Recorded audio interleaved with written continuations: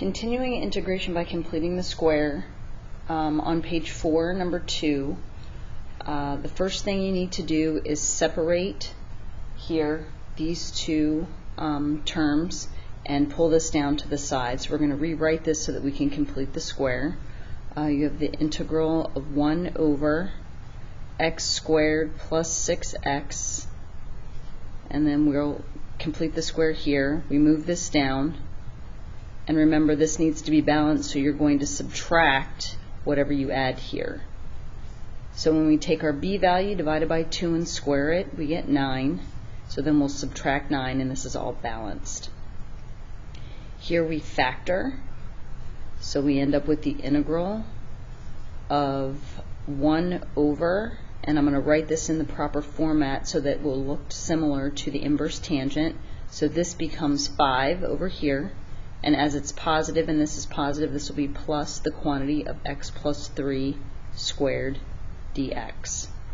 Now in this case, for this to become inverse tangent, this has to be a 1, so we need to factor out a 5, which means we're going to divide everything by 5.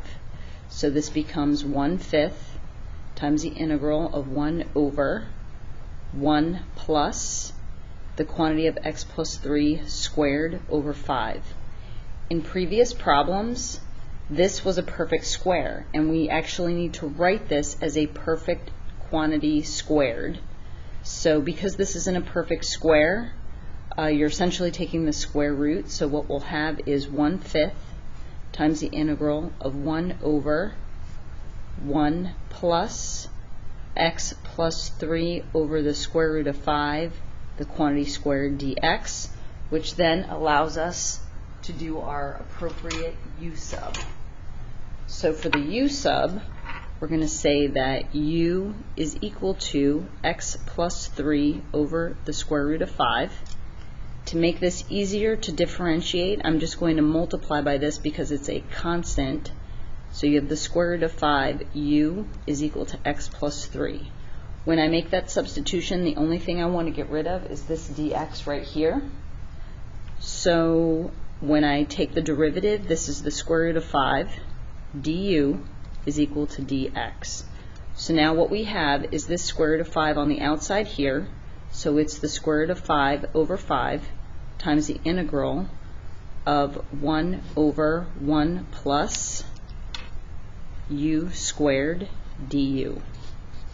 This is the inverse tangent. This is your coefficient, so you have the square root of 5 over 5 times the inverse tangent. Put your u back in, and don't forget to add c.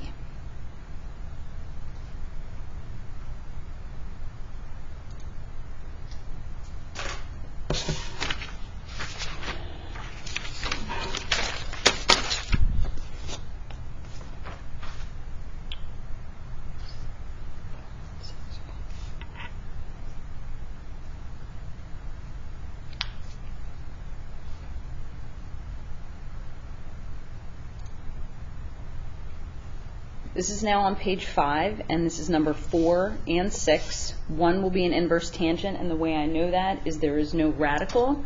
The other one will be an inverse sine because there is a radical. So in number 4, what we need to do first is factor out a 2. Your leading coefficient must be 1 in order to complete the square. So when I factor out a 2, what that leaves is a 1 over 2, which I'm going to bring all the way out to the front. So this is 1 over 2 times the integral of 1 over x squared minus 6x, and I'm going to leave some space here so that I can complete the square. And this will be plus 13, and remember, whatever I add here, I need to subtract here. So again, it just so happens that this is the same factor. This is 9 and 9 as the previous problem. So because this is going to be the inverse tangent, and typically you see your constant on the left-hand side, I'm going to rewrite this and factor.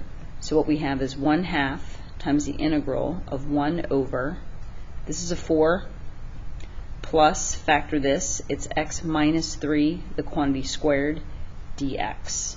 So in this case, I actually need to factor out a 4, And fortunately for us, when we divide by 4, that's a perfect square, so I'm also going to write this as a perfect quantity squared.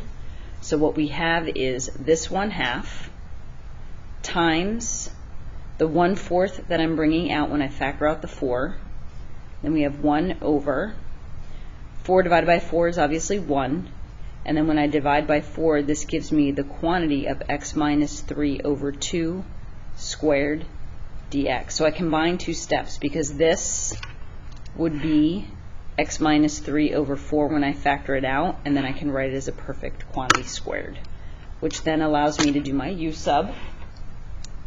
So here we have u is equal to x minus 3 over 2. You can multiply by that 2 either before or after you take the derivative. So 2 du is equal to dx. So now what I have here is this 2 times 1/8. So this 1/8 is from before. So this 2 times 1/8 times the integral of 1 over 1 plus u squared du. This is your inverse tangent. So now you have 1/4 inverse tangent of u, which we're going to put our quantity back in, x minus 3 over 2, and add c. Okay. Last question that was not covered in class here. This is a radical. So that's going to be the inverse sine. Again, we're completing the square, so there's a couple things that we have to do. First of all, this negative needs to come to the outside, but we're obviously going to leave it underneath the radical because we can't pull it out. And our leading coefficient has to be 1. So we've got the integral of 1 over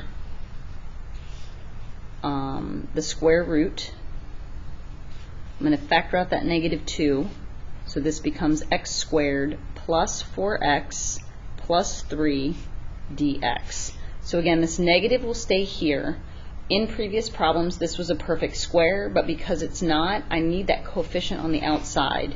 So what that leaves me with is 1 over the square root of 2 times the integral of 1 over. Now everything will be underneath the radical, and it will resolve itself, so that negative will be here. I'm going to separate these, pull them apart, so I've got this quantity here of x squared plus 4x plus something, and then I still have plus 3, which means this is going to be minus that same thing, dx. So what goes in right here is b divided by 2 squared. So this is a 4, and this is a 4. There should be parentheses here. So now I can factor this part and simplify this, and then I will distribute the negative, which basically is just going to flip these two spots. It'll make this value positive, and this will be on the other side, because remember, 1 over the square root of 1 minus u squared is the inverse sine. So we've got 1 over the square root of 2 times the integral of 1 over. This gets factored. This gets simplified, so we have the square root. When I distribute this negative, this becomes a positive, this becomes a negative. So this is 1 minus the quantity of x plus 2, the quantity squared, and I have my dx sitting here. Okay, this is our u sub right here. So we're going to say that u is equal to x plus 2. du is equal to dx, which is what I want to get rid of. So now we have 1 over the square root of 2 times the integral of 1 over the square root of 1 minus u squared du. Excuse me, just u. No u squared.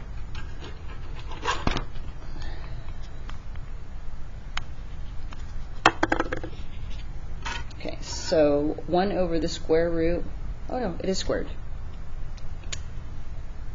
1 over the square root of 1 minus u squared is the inverse sine.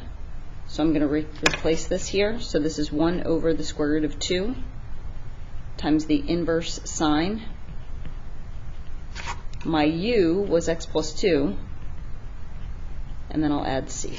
So this is your final answer, and you don't have to rationalize this radical in the denominator.